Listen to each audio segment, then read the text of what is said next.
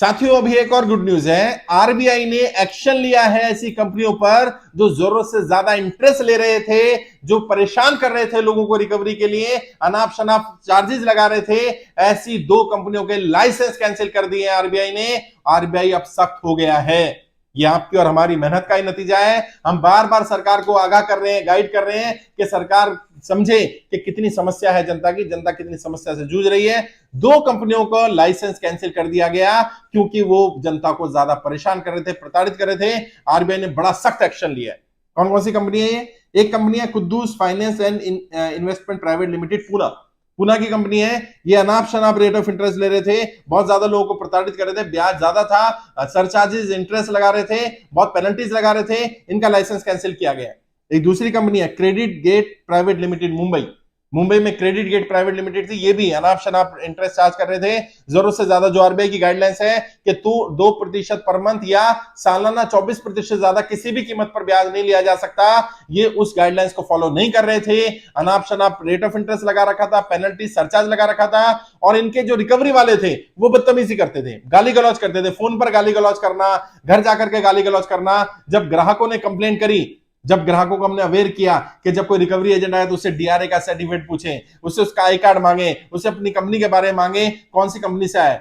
तो इन्होंने रिकवरी के लिए भी अपने लोग रखे हुए थे। उन लोगों की रिकॉर्डिंग की गई, आरबीआई से कंप्लेंट की गई, पुलिस में शिकायत की गई। जब आरबीआई के पास लगातार शिकायतें आने लगी तो आरबीआई ने दोनों कंपनी का लाइसेंस कैंसिल कर दिया है। अब ये दोनों कंपनियां क्रेडिट का काम नहीं कर सकती, बैंकिंग का काम नहीं कर सकती। अब ये एनबीएफसी की तरह काम नहीं कर पाएंगी।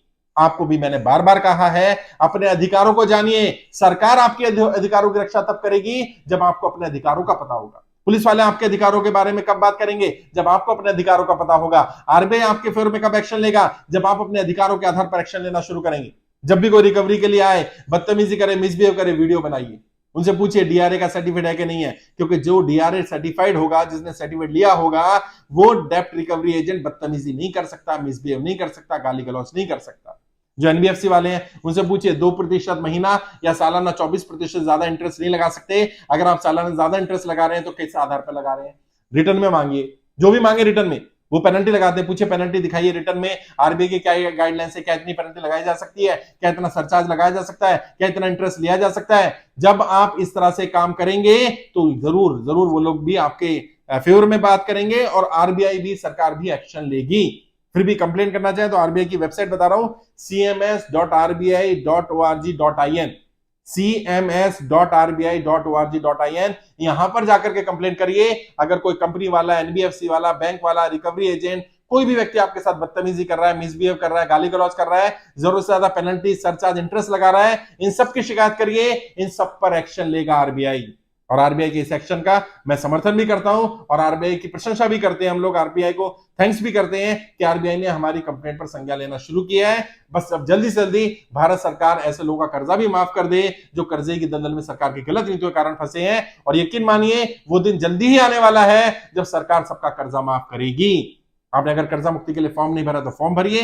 हमारा पेज है शाहनवाज चौधरी भारतीय, यूट्यूब पर, फेसबुक पर, इंस्टाग्राम पर, वहां उसको फॉलो करिए। पहली पोस्ट मिल जाएगी, वहां फॉर्म का लिंक भी मिल जाएगा। फॉर्म भरिए, खुद भी फॉर्म भरिए, कम से कम 100 लोगों से फॉर्म भरवाइए। यकीन मानिए ये एक बहुत बड़ी अचीवमेंट है। सरकार ऐसी कंपनियों पर एक्शन ले रही है, ऐसे बैंकों पर एक्शन लिया जा रहा है, ऐसे रिकवरी एजेंट पर एक्शन लिया जा रहा है और ये सराहनीय काम है।